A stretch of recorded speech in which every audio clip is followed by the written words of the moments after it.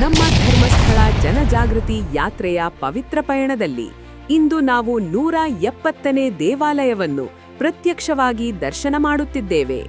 ಈ ಪವಿತ್ರ ಸ್ಥಳವೇ ತ್ರಿತೀರ್ಥಂಕರ ಜೈನ ಬಸದಿ.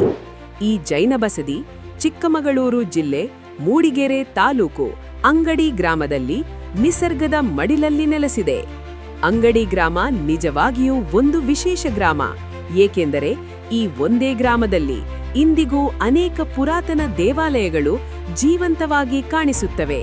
ಇದು ನಮ್ಮ ನಾಡಿನ ಧಾರ್ಮಿಕ ಸಹಬಾಳ್ವೆ ಮತ್ತು ಸಂಸ್ಕೃತಿಯ ಸೌಂದರ್ಯವನ್ನು ತೋರಿಸುತ್ತದೆ.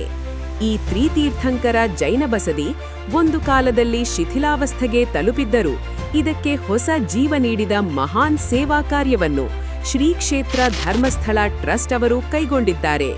ಜೀರ್ಣೋದ್ಧಾರದ ಮೂಲಕ ಈ ಪುರಾತನ ಜೈನ ಬಸದಿಯನ್ನು ಪುನಃ ವೈಭವಕ್ಕೆ ತಂದು ಮುಂದಿನ ಪೀಳಿಗೆಗೆ ದರ್ಶನವಾಗುವಂತೆ ಮಾಡಿದ್ದಾರೆ.